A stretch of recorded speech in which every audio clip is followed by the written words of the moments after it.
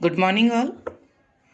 Today we will start our new chapter with traditional embroidery of India, यानी भारत की परंपरागत कढ़ाई। पिछले अध्याय में हमने देखे थे भारत के परंपरागत वस्त्र, ट्रेडिशनल टेक्सटाइल्स ऑफ इंडिया। आज हम बात करेंगे ट्रेडिशनल एम्ब्रॉयडरीज ऑफ इंडिया। कढ़ाई किए हुए वस्त्रों के लिए भारत सदैव से प्रसिद्ध रहा है। यहाँ के कढ़े हुए सुंदर और आकर्षक वस्त्र विश्व के अनेक देशों में प्रसिद्ध थे। आज हम देखते हैं कि ये एम्ब्रॉयडरी का कार्य कई मशीनों से और अन्य तकनीकों से होने लगा है, लेकिन आदिकाल में यह कार्य सुई और धागे से किया जाता था और उन्हीं की मदद से उत्कृष्ट और सौंदर्य युक्त नमूने बनाए जाते थे। यदि हम इसके इतिहास की तरफ चलें तो कढ़ाई कला भारत की विशेषता रही है। वेदों और पुराणों में भी इस कढ़ाई कला का उल्लेख हमें मिलता है। जैसे मोहनजोदड़ो की खुदाई में तांबे की सुई और कढ़ाई किए वस्त्रों का चित्रण मिलता है। बुद्ध की प्राचीन प्रतिमाओं और स्तूपों में भी कढ़ाई का चित्रण देखने को मिला है। आज भी अजंता और एलोरा की गुफाओं में कढ़ाई से अलंकृत परिधान देखे जा सकते हैं। प्राचीन साक्ष्यों से यह भी साबित होता है कि कुषाण काल में भी कढ़ाई कला अत्यंत लोकप्रिय और विकसित थी। बाद के वर्षों में मुगल शासकों को कढ़े हुए वस्त्र अत्यंत प्रिय थे और उस काल में कढ़ाई कला को विशेष प्रोत्साहन और प्रश्रय भी मिला। मुगल काल के कढ़ाई कला में फारसी कला का प्रभाव भी देखने को मिलता है। मुगल शासक अकबर के शासनकाल में कढ़ाई कला को बहुत अधिक विकसित किया गया। उन्होंने कढ़ाई करने के लिए कई विशाल कारखाने भी खोले। भारत की कढ़ाई कला विश्व विख्यात थी और वस्त्रों और परिधानों पर बहुमूल्य रत्न आदि को रत्नों में हीरे, जवाहरात, पन्ना आदि को कढ़ाई कला द्वारा जड़ा जाता था। ऐसे वस्त्र अत्यंत सुंदर और आकर्षक लगते थे। इन बहुमूल्य रत्न जड़ित कढ़े वस्त्रों की मांग पूरे विश्व भर में थी और इसीलिए यूरोप एवं अन्य देशों के व्यापारी यहाँ के कढ़े हुए वस्त्रों का व्यापार विश्व के भिन्न भिन्न देशों में करते थे और खूब धन अर्जित करते थे। कढ़ाई का कार्य अधिकतर सिल्क के वस्त्रों पर किया जाता था और नमूने के रूप में प्राकृतिक चित्रण ज्यादा होता था। जैसे उनमें पशु पक्षी, नृत्य करती मानव आकृतियां, देवी देवता के चित्र, पौराणिक गाथाओं या कथाओं पर आधारित चित्र को कढ़ाई द्वारा काढ़ा जाता था और रंग बिरंगे रेशमी और सूती धागों से इन वस्त्रों पर कढ़ाई की जाती थी। कढ़े हुए वस्त्रों का उपयोग विभिन्न अवसरों जैसे शादी, ब्याह, तीज, त्योहार, उत्सव और नाटक आदि में किया जाता था। पहाड़ी लोग कढ़ाई कला में विशेष निपुण थे। वे इस कार्य को अधिक रुचिपूर्ण, धैर्य और उत्साह से किया करते थे। पहाड़ी महिलाएं कढ़ाई कला में कुशल और प्रवीण होती थी और अपने अवकाश के क्षणों में यानी फुर्सत के पलों में अपने और परिवार के लिए कढ़ाई द्वारा परिधानों को अलंकृत करती थी। पहाड़ी जातियों के मैदानी इलाकों में आ जाने से कढ़ाई कला का प्रचार प्रसार होने लगा। विश्व के अनेक देशों के लोगों के भारत में आगमन होने से भी यहाँ की कढ़ाई कला काफी विकसित हुई। कच्छ, काठियावाड़ और सिंध की इंटरलेसिंग स्पेन में होने वाली कढ़ाई से मिलती जुलती है। यह कढ़ाई स्पेन वासियों और अरब वासियों द्वारा भारत में लाई गई। लाइन स्टिच यानी जो हम सीधी रेखाओं में टांका लगाते हैं, वह यूरोप के देशों से लाई गई है, जिसे पंजाबियों द्वारा विभिन्न टांकों में परिवर्तित करके कढ़ाई का एक नया रूप दिया गया। इन्हीं टांकों का उपयोग करके वे फुलकारी या बाग नामक कढ़ाई किया करते थे। विभिन्न देशों के संस्कृति, रीति रिवाज एवं परंपराओं के समागम से भारत में नई नई कढ़ाई के टांके और नमूने विकसित हुए। भारतीय कढ़ाई कला में यहाँ की सांस्कृतिक परंपराओं का प्रतिबिंब दिखाई देता है, किंतु क्षेत्र विशेष पर कढ़ाई कला, रंग संयोजन, संस्कृति का प्रभाव, टांके, नमूने और बनाने में विभिन्नता पाई जाती है। अतः भारत की परंपरागत कढ़ाई उस स्थान विशेष के नाम से जानी जाती है जहाँ से उसकी उत्पत्ति होती है। तो आज हम सबसे पहले इसी क्रम में बात करेंगे पंजाब की फुलकारी की।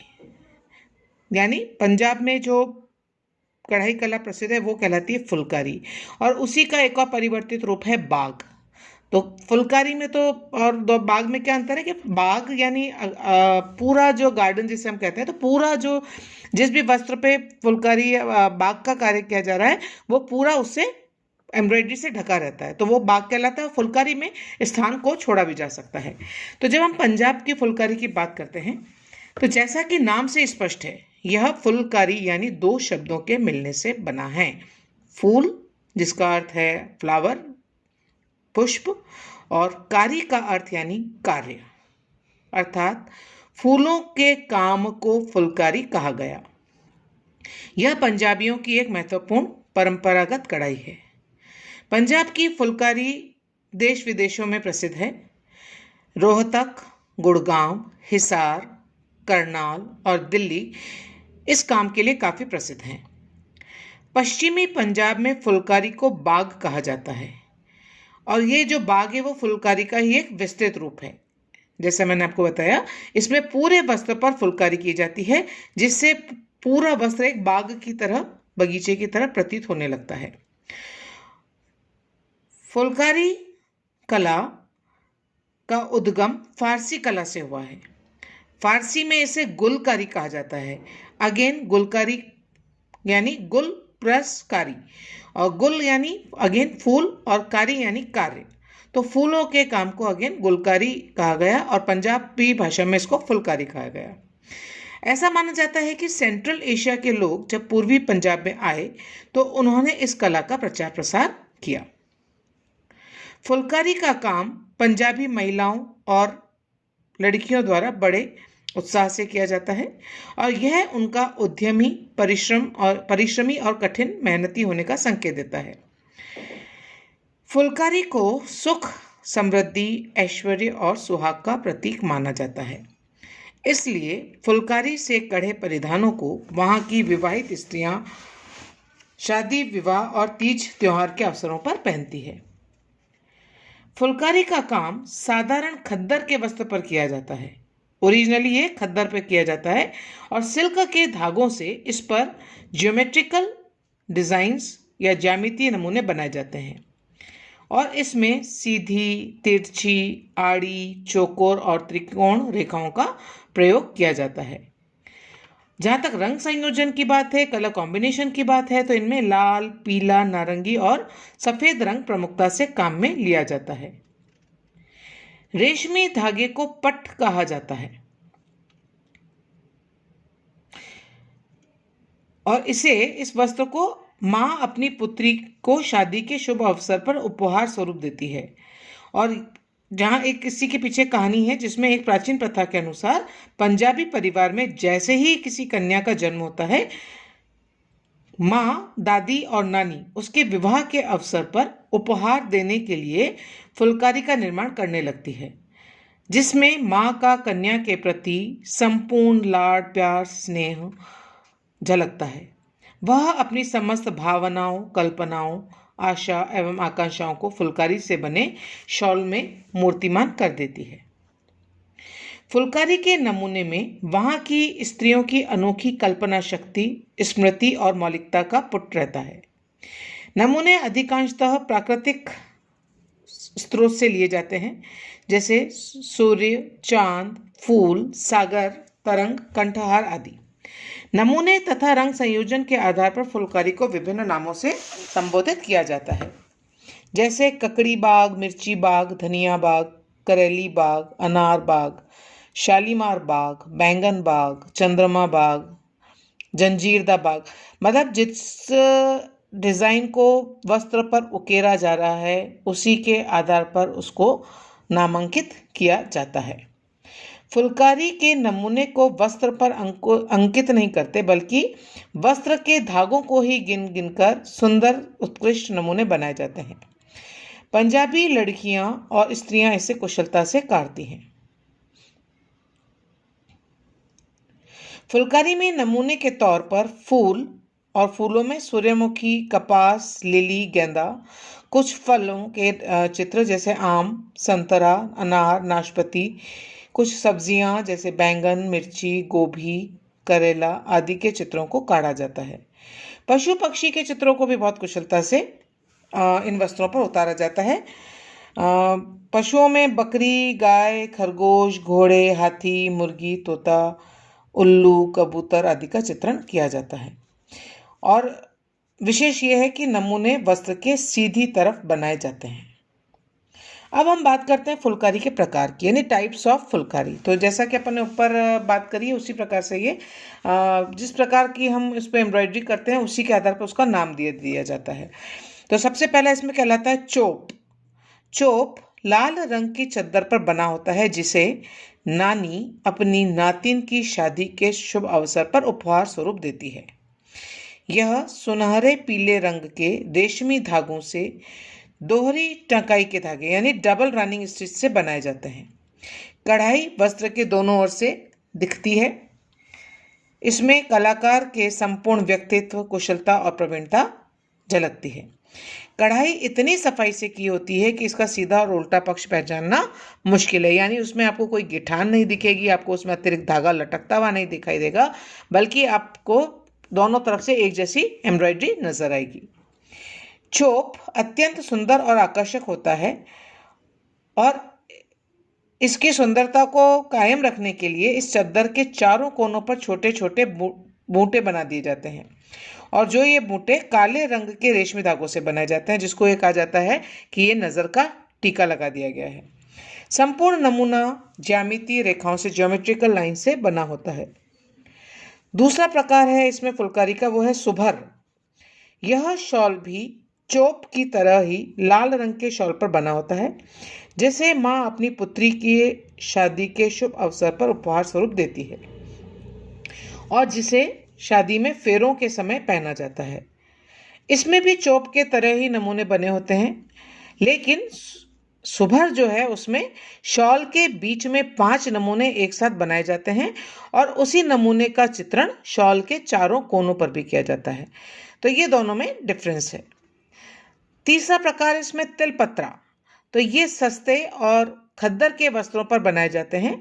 इसमें छोटे छोटे फूलों के नमूने बने होते हैं, जिसे जो गृह स्वामी हैं यानी जो मालिक लोग हैं वो अपनी दासियों को शादी के शुभ अवसर पर उपहार स्वरूप देते हैं। इसी प्रकार से एक होती है शीशेदार फुलकारी। इस फुलकारी में नमूनों के बीच बीच में मिरर या शीशे लगाए जाते हैं या अभ्रक के टुकड़ों को उसमें लगाया जाता है और इसके लिए बटन होल स्टिच का प्रयोग करते हैं। अधिकांशतः यह फुलकारी सैटिन और रेशमी वस्त्रों पर की जाती है। इसमें वस्त्र की पृष्ठभूमि गहरे रंग की रखी जाती है, यानी जो आपका बेस है वो गहरे रंग का होता है और एम्ब्रॉयडरी है वो नेचुरली लाइट या ब्राइट कलर्स की होती है। शीशेदार फुलकारी का काम मुख्य रूप से सिंध प्रांत में होता है और कढ़ाई के टांके में गुजरात और पंजाब की कढ़ाई का भी प्रभाव झलकता है। नेक्स्ट है कच्छ की फुलकारी, क्योंकि अपने क्षेत्र विशेष के अनुसार है तो कच्छ की फुलकारी बहुत लोकप्रिय प्रसिद्ध है। कच्छ प्रदेश में किए जाने के कारण इसका नाम कच्छ फुलकारी पड़ा है। इसमें वस्त्र के चारों ओर उत्कृष्ट नमूने से बॉर्डर बनाए जाते हैं और बीच के रिक्त स्थान में पशु पक्षी, फल फूल, पत्तियां आदि के नमूने अंकित किए जाते हैं। नमूने प्रायः जिन टाँकों से बनाए जाते हैं वो होती है एक तो चेन स्टिच और हेरिंग बोन यानी मच्छी टाँका। इन दोनों का प्रयोग इस पर किया जाता है और इनकी सहायता से, इन दोनों स्टिच की सहायता से हाथी, मोर, तोते, हंस, कबूतर आदि के नमूनों को चित्रित किया जाता है। एक और प्रकार है इसका निलक।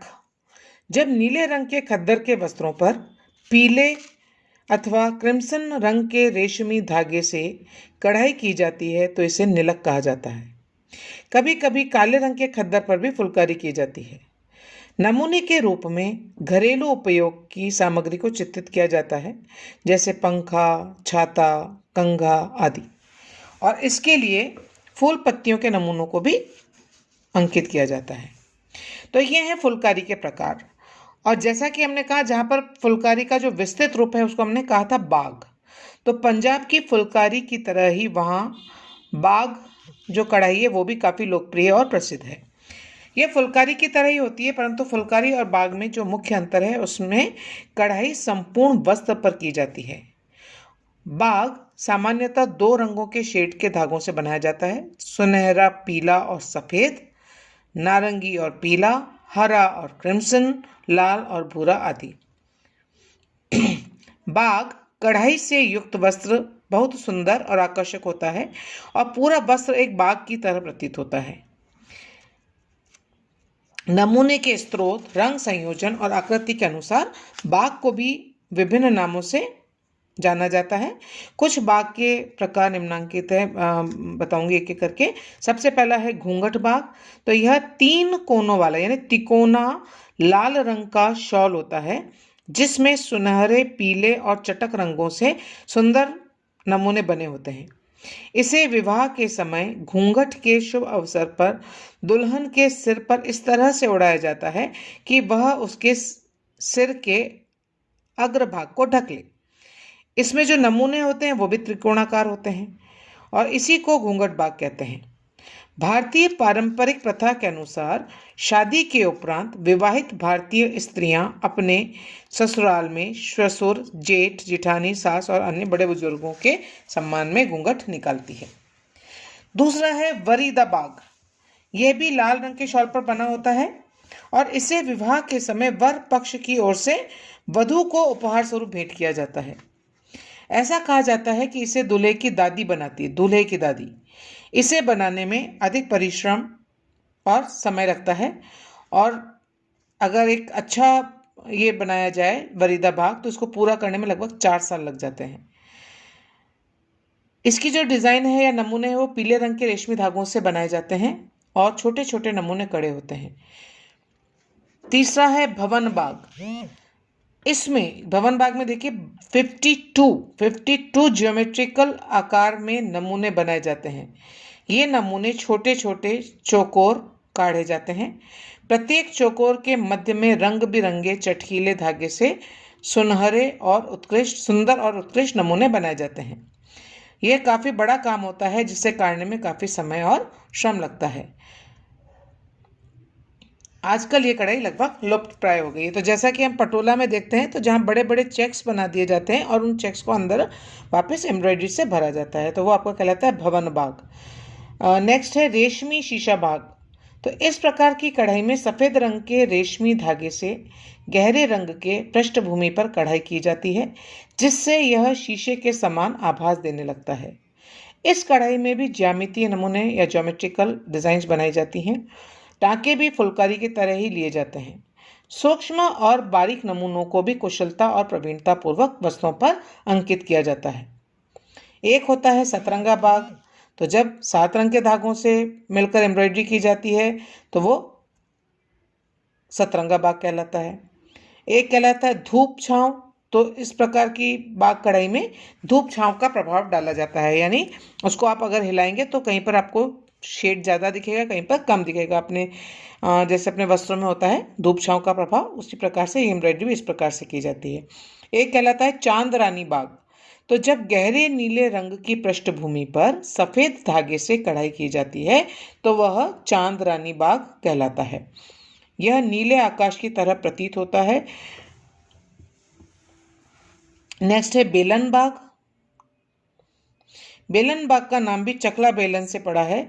इसमें वस्त्रों पर चकला बेलन के नमूनों को काढ़ा जाता है। एक है आपका इसमें सूर्यमुखी या सूरजमुखी बाग। तो सूरजमुखी बाग में सूरजमुखी के फूलों का चित्रण किया जाता है और नमूने जो हैं वो ज्योमेट्रिकल डिज़ाइन के होते हैं, जिसमें विषम कोण, चतुर्भुज और समकोण चतुर्भुज के आकार का प्रयोग किया जाता है। पूर्वी पंजाब में सूरजमुखी बाग ज़्यादा लोकप्रिय है। बाग की कढ़ाई के लिए कलाकार जिस स्रोत से नमूने को चयन करता है, रंग संयोजन करता है, उसी के आधार पर डिजाइन का नामकरण कर दिया जाता है। जैसे शालीमार बाग, ककड़ी बाग, खीरा बाग, बैंगन बाग, कद्दू बाग, मिर्ची बाग, जहाज बाग, मोतिया बाग, मोर बाग, तोता बाग, ऐसे रंगों के आधार पर भी नमूने का नामकरण किया जा सकता है, जैसे दो रंगा बाग, पचरंगा, सतरंगा, नौरंगा आदि। बाग कढ़ाई में मुगल काल के प्रभाव दृष्टिगोचर होते हैं। मुगलों के शैली के आधार पर बाग का नामकरण भी किया गया है, जैसे चार बाग, शालीमार बाग, चौरसिया बाग, धूप छांव बाग आदि। तो ये है पंजाब की फुलकारी और बाग। अगली क्लास में हम उत्तर प्रदेश की चिकनकारी के बारे में बात करेंगे। तब तक के लिए गुड डे।